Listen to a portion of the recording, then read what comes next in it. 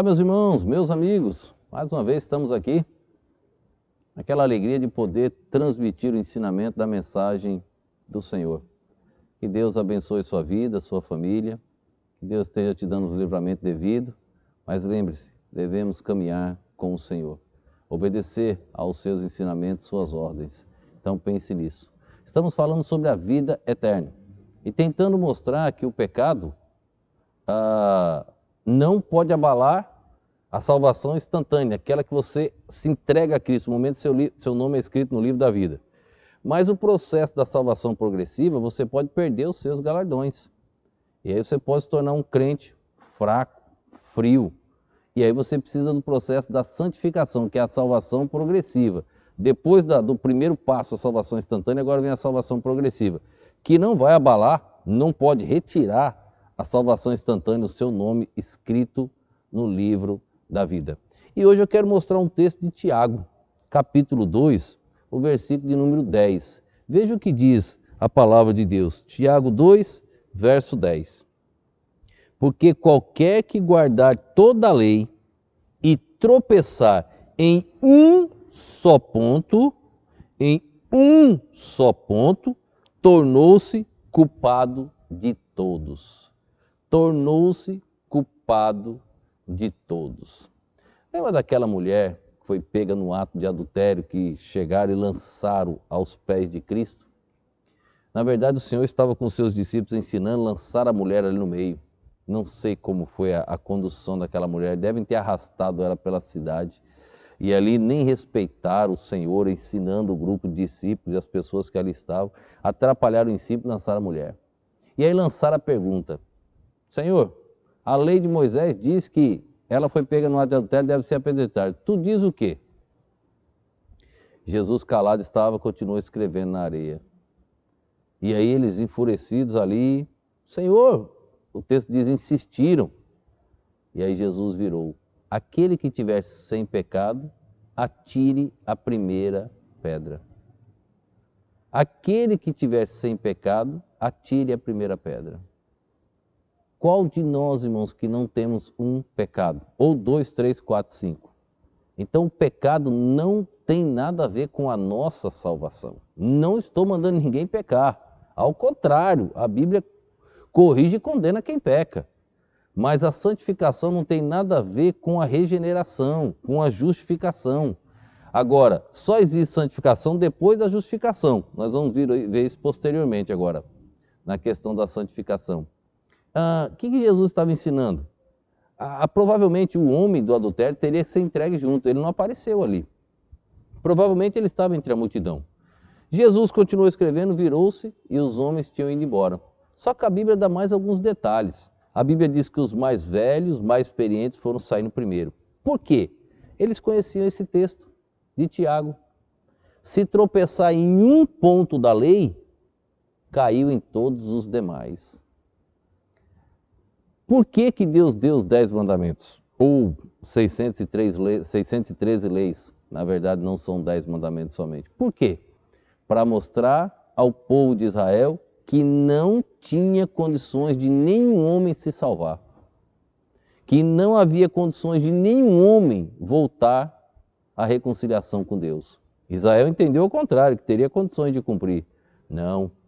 Os 10 mandamentos servem, já tratamos desse assunto em outras mensagens. Mostramos os 10 mandamentos. Imagina, o primeiro mandamento é: coloca o Senhor teu Deus acima de todas as coisas. Amarás o teu Deus acima de tudo.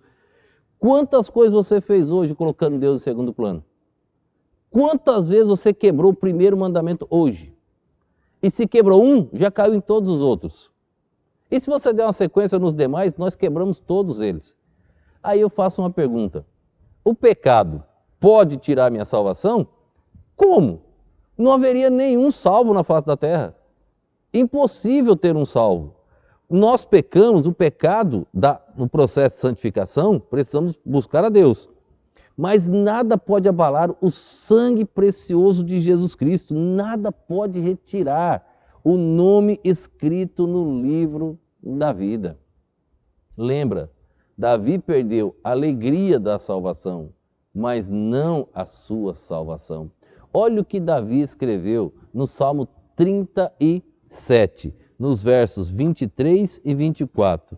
Depois que ele perdeu a alegria da sua salvação, ele escreveu aqui no Salmo 37, no verso 23 e o verso 24. Deixa eu só encontrar aqui.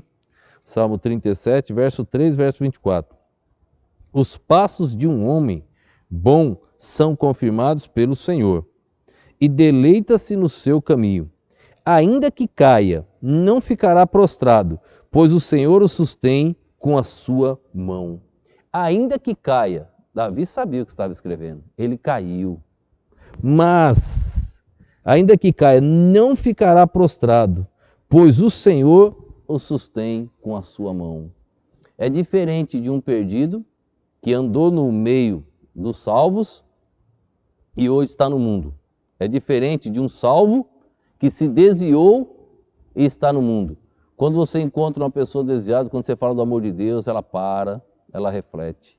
E um perdido não, pode chegar até a zombar, porque ele não tem o nome escrito no livro da vida. Um desviado, nós vamos tratar de alguns na Bíblia, eles nunca perderam a salvação.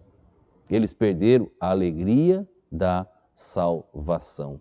Então pense bem nisso. Tiago disse, caiu em um, caiu em todos. Hoje mesmo nós já quebramos os mandamentos. Os mandamentos não foram criados para salvar o ser humano. O sacrifício de Cristo, o sacrifício dos animais, não estava nos mandamentos. Então tome cuidado. O sacrifício veio antes da lei de Moisés. O sacrifício veio com Abraão. O sacrifício veio com Adão e Eva. Quando eles pecaram, Deus sacrificou um animal.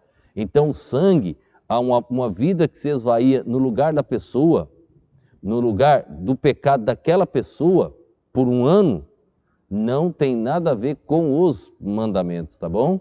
Tome muito cuidado com isso, tá? Existem pessoas também tentando enganar com esses ensinos que não são princípios da palavra de Deus. Que Deus te abençoe, que Deus te ilumine para você entender a cada dia o que é a vida eterna, o que é a salvação eterna, o que é o pecado, o que é a santificação, o que é a salvação instantânea, a salvação progressiva e a salvação final, quando estivermos lá na glória celestial com o nosso Senhor.